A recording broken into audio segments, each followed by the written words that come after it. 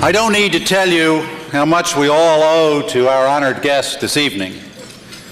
When Milton Friedman came onto the intellectual scene in the 1940s, many of his ideas were considered heresy.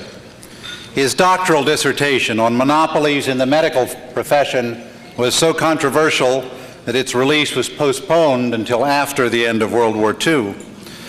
His ideas about free markets and monetary policy turned the conventional Keynesian world upside down, forever changing the world's macroeconomic landscape. Dr. Friedman has illuminated the importance of preventing government from manipulating markets. He's drafted a whole series of constitutional amendments to limit taxation and government spending, to limit debt, to limit the money supply, tariffs, and government interference with market pricing mechanisms. Now, Professor Friedman's views remain very controversial here in Washington. Indeed, the very thought of being unable to manipulate the money supply to win re-election, or to impose a tariff or quota to protect a politically important constituency, or to control the price of something as important as oil or health care, the thought of not being able to do that inflames the White House and Capitol Hill with angry passion. But out there in the real America, free markets and free men understand Dr. Friedman's views. By virtue of their clarity and authority, many of these ideas have left the world of opinion and entered the rarefied air of fact. With the great advantage of being correct, this Nobel economist did not need to hedge his bets or cushion his ideas to make them politically fashionable. Like the great president he inspired, instead of catering to the conventional wisdom, he redefined convention. His were the opening shots of the Reagan Revolution, and indeed we've seen that they were shots heard round the world, except maybe in Little Rock. Some would like to call his notions conservative, but Dr. Friedman was neither conserving nor inventing his political philosophy.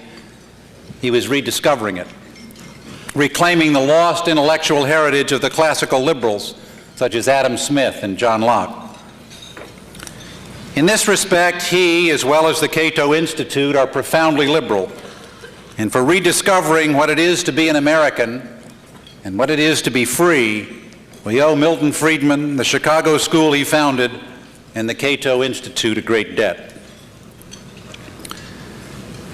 The epilogue of Dr. Friedman's book, Money Mischief, concludes with words spoken on the floor of the French National Assembly in September of 1790, and I quote, "Gentlemen, it's a disagreeable custom to which one is too easily led by the harshness of discussions to assume evil intentions. It is necessary to be gracious as to intentions. One should believe them good. But we do not have to be gracious at all to inconsistent logic or absurd reasoning. Bad logicians have committed more involuntary crimes than bad men have done intentionally." Close quote. The gentleman who spoke those words was a deputy from Namur, my great-great-great-great-grandfather, Pierre Samuel Dupont. 203 years later, it's very clear that Milton Friedman has exposed more inconsistent logic and absurd reasoning than any person since. Ladies and gentlemen, it is a great honor to present to you the Nobel Prize winner, economic trailblazer, author, scholar, statesman, and champion of political freedom and economic liberty, Dr. Milton Friedman.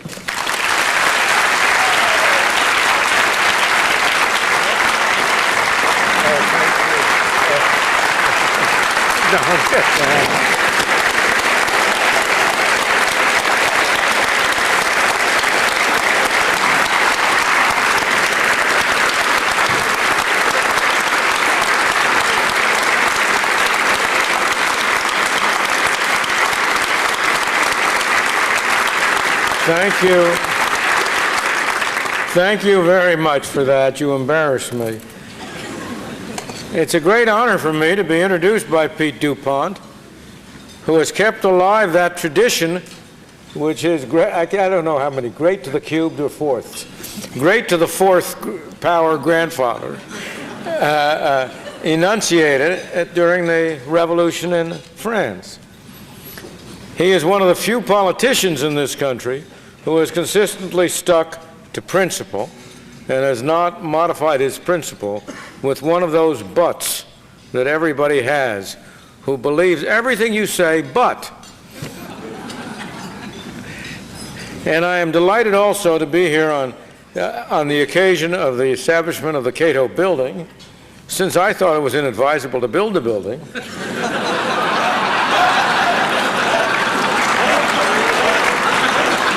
But I also thought it was inadvisable for them to move out from San Francisco to Washington, to move from paradise to the evil city. But they survived the move and have really been remarkable in maintaining themselves as a bastion of principle and not yet having been corrupted by the atmosphere which they breathe every day. Now the building has one great virtue, that it got you a little farther away from the most corrupting aspects of that atmosphere. It is a beautiful building, and it's a real tribute to what Ed Crane and his associates have been able to do at Cato. So I'm very pleased to be here on this memorable occasion. Unfortunately, also, it's only really 6:39 my time. So I don't have to worry that it's late for you people. I have sometimes been known as associated with the aphorism, "There's no such thing as a free lunch," which I did not invent. I wish there were more attention paid to one that I did invent, and that I think is particularly appropriate in this city, and that's that nobody spends somebody else's money as carefully as he spends his own.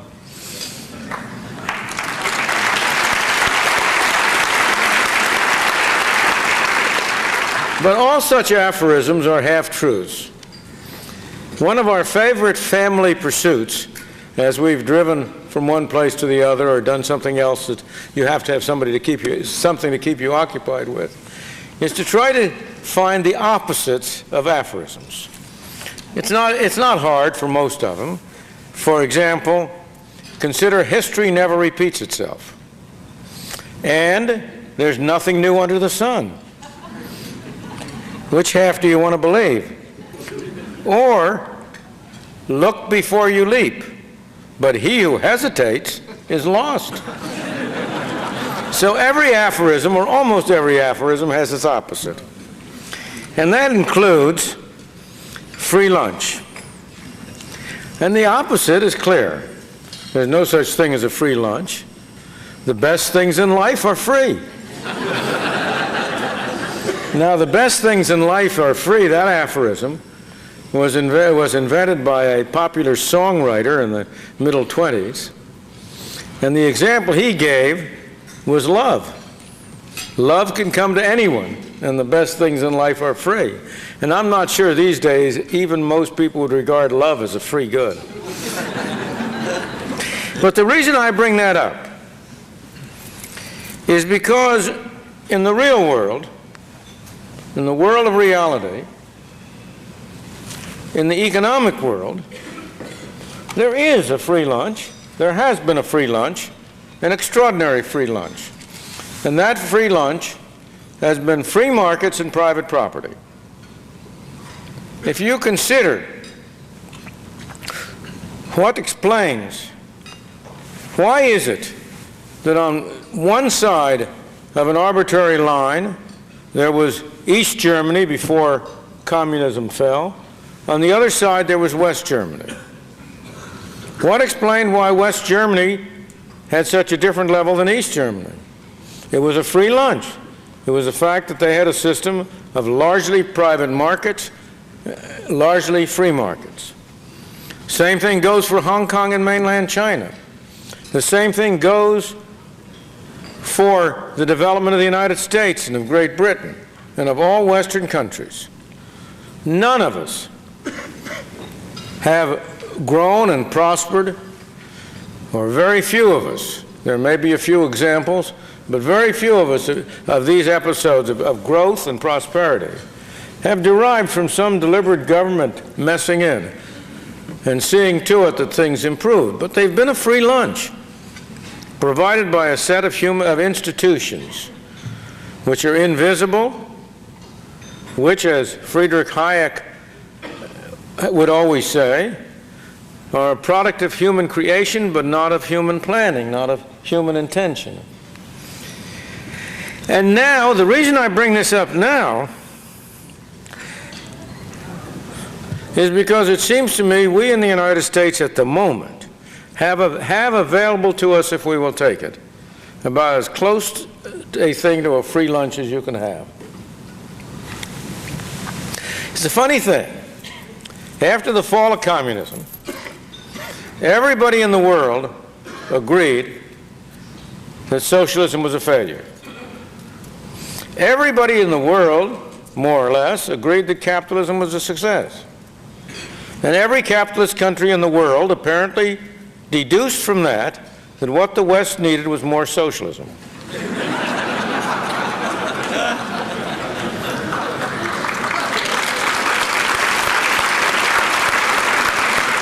And it doesn't matter whether you're talking about the United States or you're talking about Germany or you're talking about Britain or many another country, or Japan for that matter.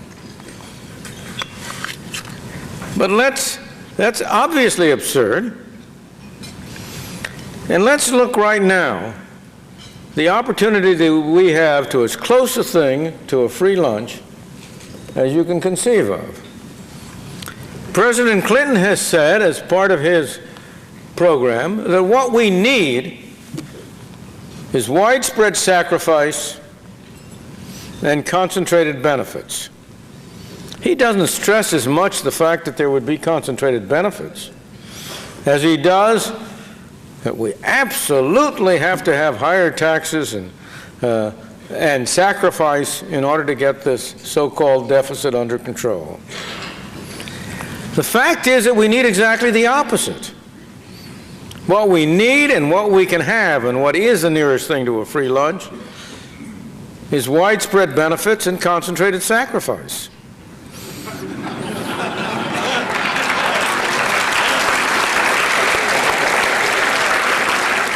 It's not a wholly free lunch, but it's close to it. Let me give you a few examples.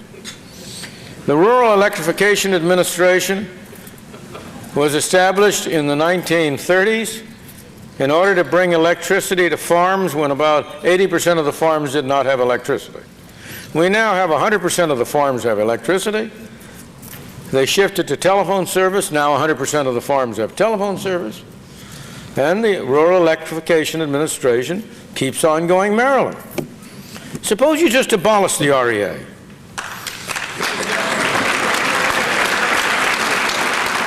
All it's doing is making low interest rate loans to concentrated interest, mostly to so-called public utilities, the electric telephone companies. The people of the United States would be better off. They'd save a lot of money. It could be used for tax reduction. But not only would they be better off, who would be hurt? A handful of people who deserve to be hurt. They have been living high on the hog. They have been getting government subsidies at the expense of the rest of the population. I call that pretty nearly a free lunch. Let me give you another example. This illustrates Parkinson's law. In agriculture, in 1945, there were 10 million people employed on farms. 10 million, both either family or hired workers. And the Department of Agriculture had 80,000 employees. In 1992, there are 3 million people employed on farms, and the Department of Agriculture has 122,000 employees. If we take the part of it that's most specifically agricultural, the money that is classified as being spent for the stabilization of farm prices and farm incomes, we were spending $1,500 in 92 prices adjusted for inflation. We were spending $1,500 per person employed in 1950 and $5,500 in 1990. Now suppose we just abolish that program completely. Most consumers in the United States would benefit. Food would be cheaper.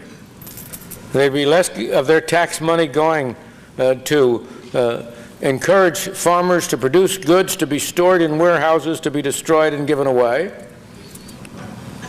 Isn't that almost a free lunch?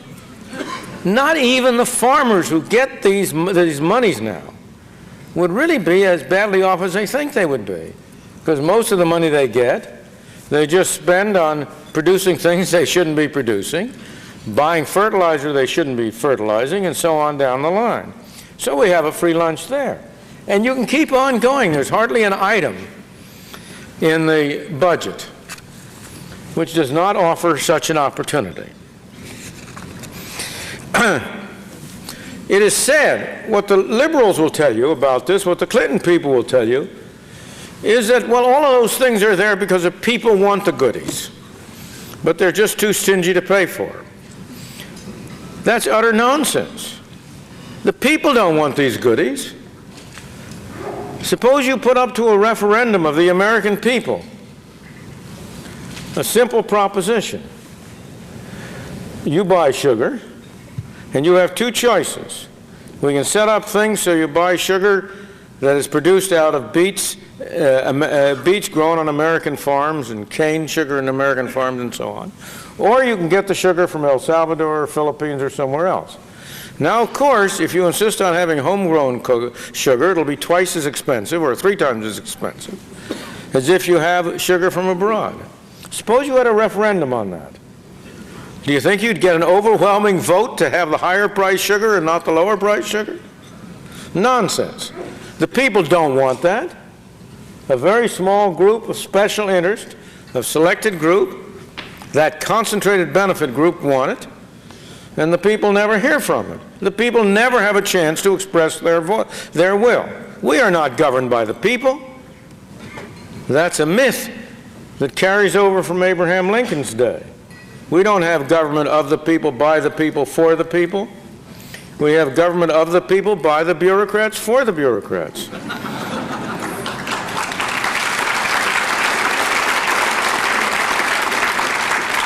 Again, let me take another myth. President Clinton says that he's the agent of change. Without asking what kind of change and whether it's good change or bad change, but leave that aside for a moment. That simply is, in the economic area for the moment, that's false. And the reason why he gets away with it is because of the great mistake of talking about the 12 Reagan-Bush years as if they were one period. They weren't.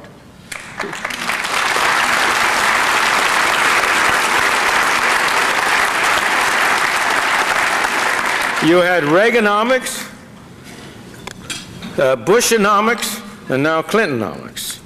Reaganomics had 4 simple principles: lower marginal tax rates, less regulation, restrained government spending, a monetary policy devoted to stable prices, non-inflationary monetary policy. While Reagan did not achieve all of those, he made good progress on them, as you all know. What was Bush's policy?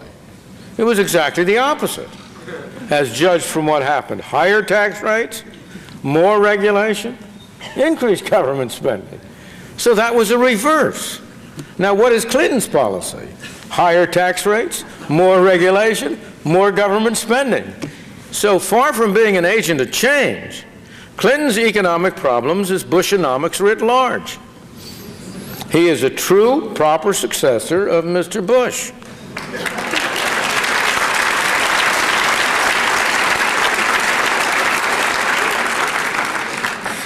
We know what the results of reverse Reaganomics were. I hope we don't see the results of Bushonomics writ large. On a more fundamental level, if we get below this immediate surface, our present problems, both economic and non-economic, arise mainly from the drastic change that has occurred in my lifetime and in the lifetime of many of you here about the relative importance of two markets, two different markets, for determining who gets what, when, where, and how. We have two such markets. We have the economic market operating under the incentive of profit. And we have the political market operating under the incentive of power. And what has happened in my lifetime was that the relative importance of the economic market has declined in terms of the fraction of the country's resources that it is able to use.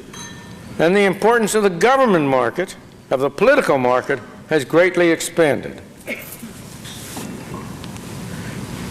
To summarize, but I want to go on at a little greater length, but to say in advance, what we have been doing in my lifetime is to be starving the market that has been working and to be feeding the market that has been failing. And that's essentially the story of the last 50, 60 years. The world was very different when Rose and I were growing up. We are in the process of trying to write our memoirs, and that has led us to go back and think and relive our youth. And we are struck enormously by how different the world is. We are far wealthier today than we were then, but we are less free, and we are less secure. Economically, we've done enormously well. In terms of the kind of society we live in, we've done very, very badly. Let me suggest, just show what's happened to the relative importance of these two markets. I graduated from high school in 1928, a long, long time ago. When I graduated from high school, total government spending in the United States at all levels, federal, state, and local, was a little over 10% of the national income, about 11, 12% of the national income. 2/3 of that was local. Federal government spending was about 3% of the national income. And that's roughly what it had been since the Constitution was adopted a century and a half earlier, except for periods of major war. Half of that went for the Army and Navy. Local government spending was something like 7, 8, 9, local, state and local, and half of that was going for schools and roads. Now, today, total government spending at all levels is 43% of the national income, and 2/3 of that is federal, 1/3 state and local.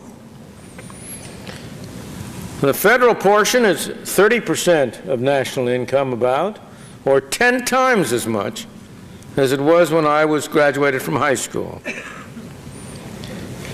And that statement, that figure understates the fraction of the resources that is being absorbed by the political market.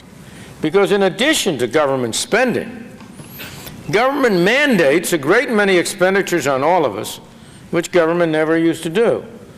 From the simple thing of having requiring you to pay for anti-pollution devices on your automobiles, to the clean air bill, to the aid for disability. You can go down the line.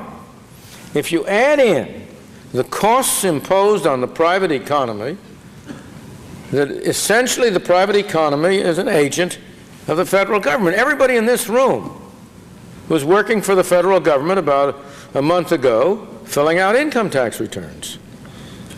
Why shouldn't you have gotten paid for being tax collectors for the federal government? But that's a use of your resources. So I would say that at least 50% of the total resources of our nation, total productive resources, are now being organized through the political market. In that sense, in a very important sense, we are more than half socialist. So much for the input. What about the output? Consider the private market first. And there has been an absolutely tremendous increase in our living standards, almost entirely due to the private market. I had a gentleman whom I don't really know, but by the name of E.B. Lee, graduated from the Harvard class of 1934. And at the 55th reunion of Harvard in 1989, he read a little piece entitled As We Were, and I want to read that part of it which deals with the physical conditions, because it brings it out better than I can any other way. And here's what he wrote. We were before frozen foods, computers, radars, credit cards, and ballpoint pens. For us, time sharing meant togetherness. A chip was a piece of wood. Hardware meant hammer and nails. And software was what you slept in during the hot weather. We were also before ice makers, dishwashers, clothes dryers, electric blankets, and disposable diapers. When we were in college, it was a privilege to go. Pizza, Cheerios, frozen orange juice, and instant coffee were unheard of. Aids were acts of charity or breath mints. In our day, grass was mowed, smoking was fashionable, pot was something you cooked in, and fast food was what you ate during Lent.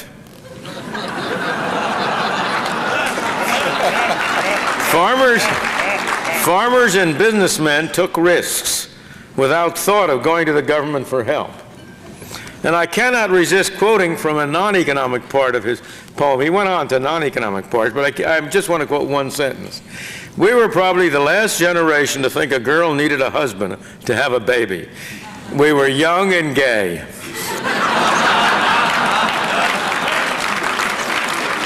Speaking for myself, I would say that radio was in its early stages.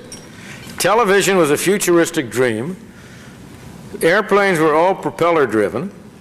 A trip to New York from where my family lived 20 miles away in New Jersey was a great event, and I never was west of the Delaware River until I went to graduate school at the age of 20. Truly a revolution has occurred in our material standard of living, and a revolution that has occurred almost entirely through the private economic market. Government's contribution was essential, but not costly. Its contribution, which it's not making nearly as well as it did in an earlier time, was to protect private property rights, to provide a mechanism for adjudicating disputes. Beyond that, you have to recognize that there were some spin-offs from wartime research that private industry was able to use. But certainly the overwhelming bulk of what I've described as a revolution in our standard of life came entirely through the private market. Now, in sharp contrast, look at what the output of results of the greatly expanded role of government has produced. Whereas the private market produced a higher standard of living, the expanded government market produced mainly problems.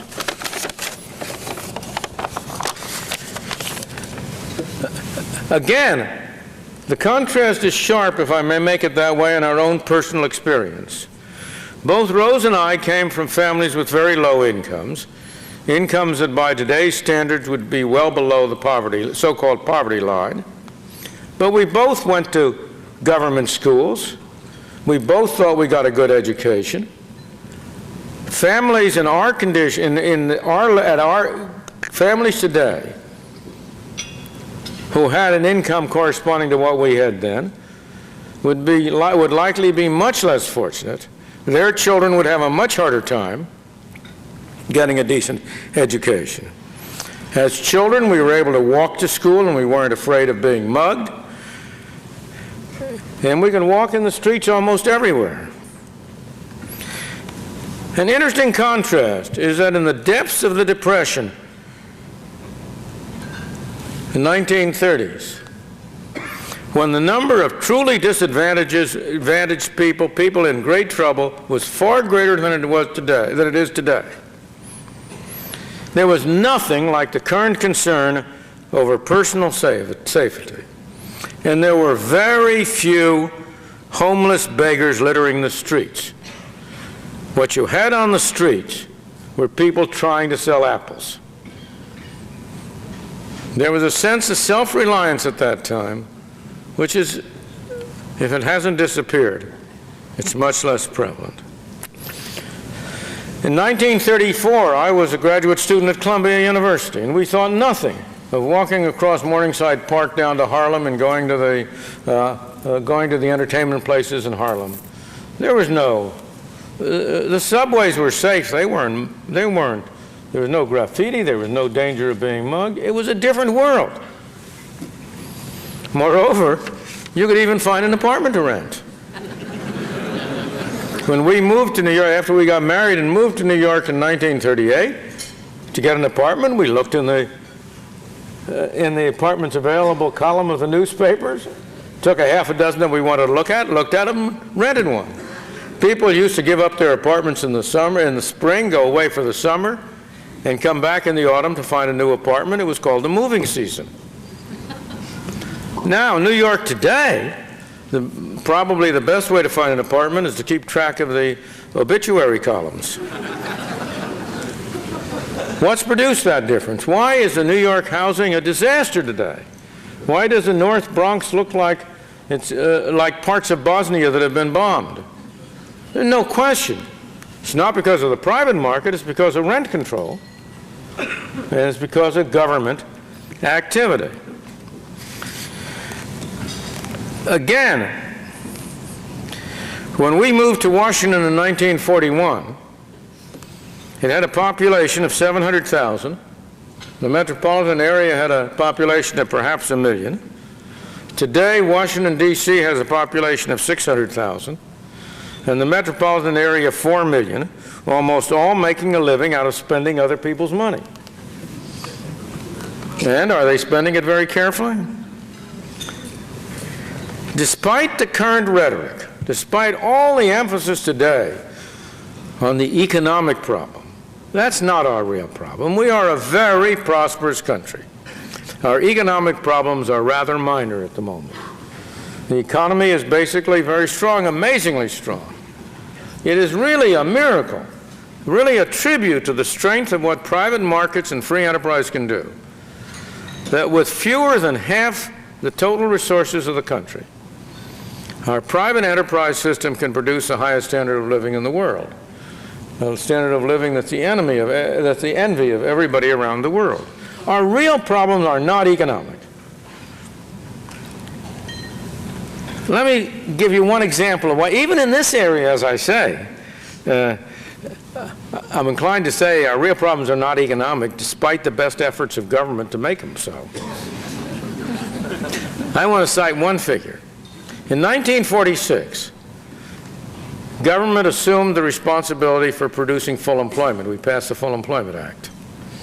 In the years since then, average unemployment has averaged 5.7%. In the years 1929, when government didn't make any pretense of having anything to do with unemployment, unemployment averaged 4.6%.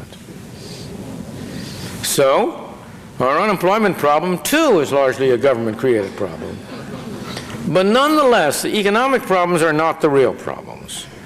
Our major problems are social: deteriorating education, lawlessness and crime, homelessness, which is a misnomer.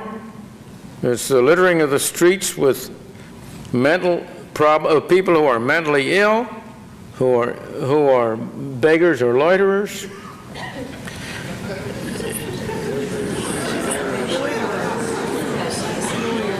Not lawyers, no.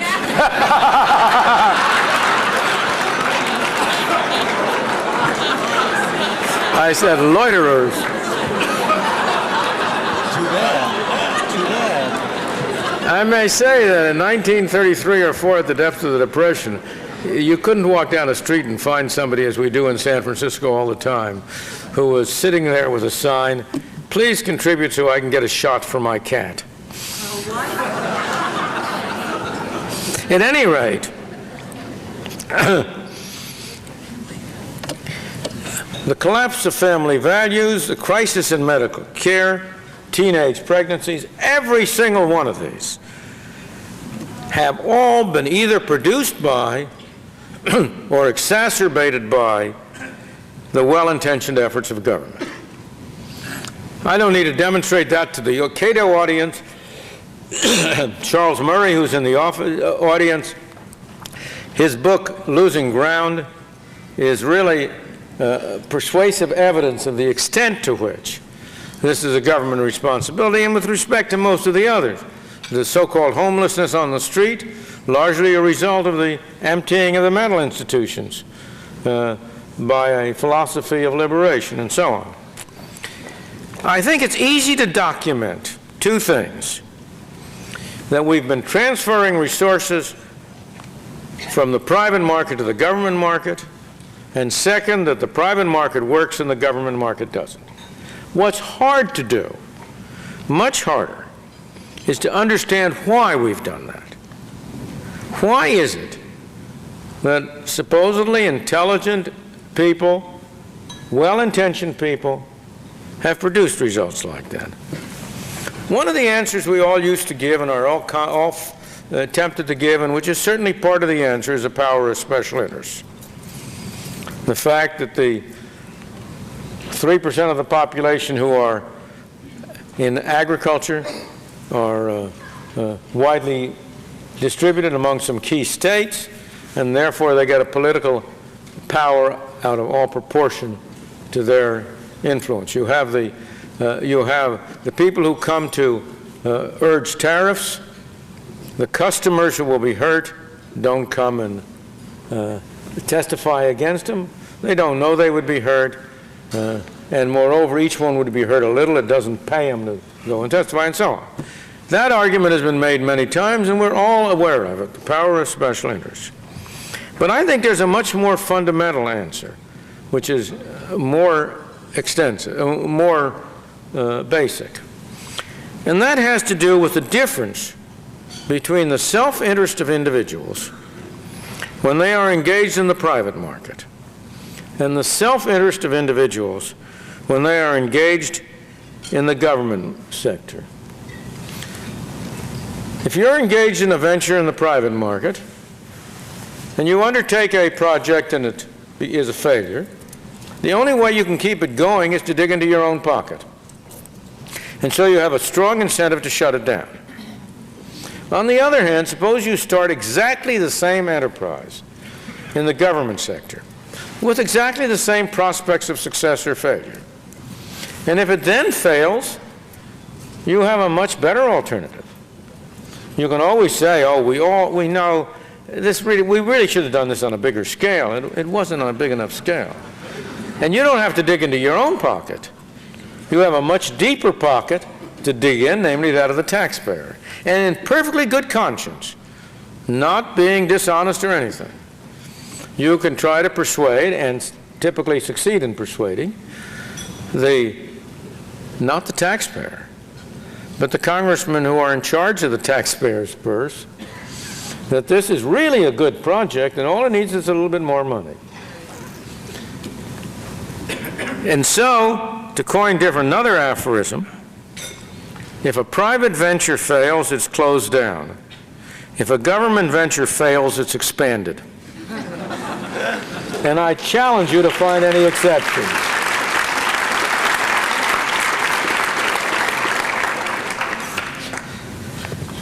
We sometimes think that the problem is to elect the right people to the Congress. I think that's false. You won't believe me, but I believe myself when I say that if a random sample of the people in this room were to replace the 435 people in the Congress and the 100 people in the Senate, the results would be just the same. You're all principled. That would include me too. I'm not leaving myself out of that. Because where people stand depend on where they sit. It's an old aphorism, and it's true. And the people in the Congress, in the Senate, are fine, decent people. They want to do good. It isn't that they're deliberately engaging in activities that they know will do harm. It is that they are immersed in an environment in which all the pressures are in one direction and one direction only. There are a few exceptions. Dick Armey is one. And there are a number of others. But people don't do bad things for bad motives. Everybody does things for good motives. But here, the Congress are besieged day by day with people urging them to do good. And it's very hard for them to avoid that. And what you find, and there have been some recent studies that demonstrate that, is that most of the pressure for more spending comes from the government itself. It's a self-generating monstrosity. And the only way, in my opinion, you will change it is by changing the incentives that the people in Congress have under which they operate, changing what is in their self-interest to do. Same way in the private market. If you want people to act differently, you have to make it in their own self-interest to act that way. As Army Yelchin always says, there's one thing you can count on everybody in the world to do, and that's to put his self-interest above yours. I have no, unfortunately, panacea for changing the self-interest of the people. The constitutional amendments that Pete referred to would be fine. That's fine. I'm all in favor of them, but you're not going to get them. There's no mechanism whereby you're, at the moment, going to be able to achieve anything like that. The only thing on the horizon is Howie Rich's pet scheme, and others of us, the term limits movement. A 6-year term limit for representatives would change drastically the incentives under which they operate. I'm afraid we'd lose Dick, but we'd gain even more. Not in the way of better people, don't misunderstand me, but in the way of a change in the incentives under which people operate. But I think that those of us who are interested in trying to see to it that we reverse the allocation of our resources, that we shift more and more of our resources to the private market and reduce and have less and less resources in the government market, must turn our attention away from the immediate sort of direct action of electing the right people. At one point we thought electing the right president would do it. We did it and it didn't. So we have to turn our attention to how can we change the incentives under which people operate. Term limits is one movement, and it's an excellent movement, and it's making real progress. But there have to be other movements. Some of it is being done now on the state level. Wherever you have initiative, referenda, you have an opportunity to change. On the whole, I think that the pure democracy in that sense, I don't believe in democracy. Nobody believes in democracy. Nobody believes that if 51% of the people vote to kill the other 49%, that's appropriate. And pure majoritarian rule would say it is. But what we do believe is in giving everybody the opportunity to use his own resources as effectively as he can to promote his own values, so long as he doesn't interfere with anybody else. And on the large, experience has shown that the public at large, through the initiative process, is much more attuned to that objective than are the people they elect to the legislature. So I think the referendum process has to be exploited. Term limits is one. In California, we have working very hard on an initiative for parental choice in schools. Effective parental choice, which will be on the ballot in 1994. Maybe we won't win it, but we've got to try. At any rate, that's the world that Cato is trying to contribute to, and it's trying to contribute to it in many different ways by documenting these points I've just swept over in broad generalities about the way in which these government programs are doing harm, about the unintended consequences of these well-meaning programs. That's one way. And that will wake the public at large up. We've got to bring home to the public at large that they are being taken to the cleaners. That it isn't true that these government spending is for the goodies they want. It's not that at all. And as they become aware of that, as public opinion changes, you will eventually, maybe, will be able to get more institutional changes which will establish the appropriate incentives. Let me close by telling one more story that your Hyatt business reminds me of. This has to do with what changed Britain when Thatcher came in. The one person who had more to do with that than any other, in fact, is a person most of you never heard of, though some of you here surely did, Anthony Fisher. Anthony Fisher was an air fighter, a fighter in the Air Force, fighter pilot in the Air Force during World War II, who somehow or other happened to get hold of Friedrich Hayek's book Road to Serfdom in 1944, just after it came out, who was persuaded by it and decided after the war that he wanted to do something that would promote a free society. And so he went to see Fritz Hayek at the London School of Economics, and he told him he was thinking of getting elected to Parliament in order to try to influence matters. And Fritz told him, it won't do any good getting elected to Parliament. You'll just be one vote there. You'll be like all the rest. You won't get a real change unless you change the thinking of the intellectual community in Britain. That's what you've got to do. So Tony went away, and he started a business. He looked around. He wanted to go into agriculture in some way, and he wanted to find an agricultural enterprise that government didn't control. And the only thing he could find that government wasn't controlling was chickens. As it happens, there was a revolution in the production of chickens in the United States at that time. He came over to the United States, learned about that, went back and started it in Britain, and was an enormous success. He finally built up a large public company that was sold. But with some of his first earnings, he started the Institute of Economic Affairs, a free market think tank in London. He hired Ralph Harris, now Lord Harris, Arthur Sheldon, now Sir Arthur Sheldon, to run it. And the Institute of Economic Affairs, in turn, changed the intellectual climate of Britain, changed the attitudes and values of Margaret Thatcher. And without the Institute of Economic Affairs, you never would have had the Thatcher Revolution. That's a good example for Cato of what a think tank can, under the best of circumstances, accomplish. Thank you very much.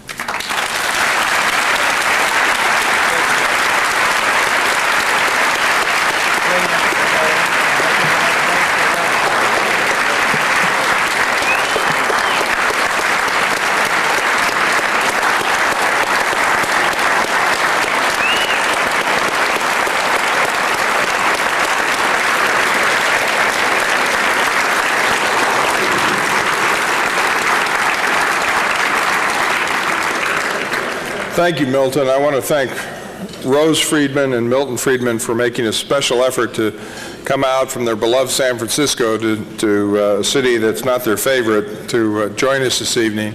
Let me just make a personal note, and that is that everyone agrees Milton Friedman is a great economist, but there can be debate over which academic has been the most important economist of the 20th century. I do not think, however, that there's any debate over which academic has done more to inspire people around the world and to promote the ideas of liberty around the world, and that person is Milton Friedman.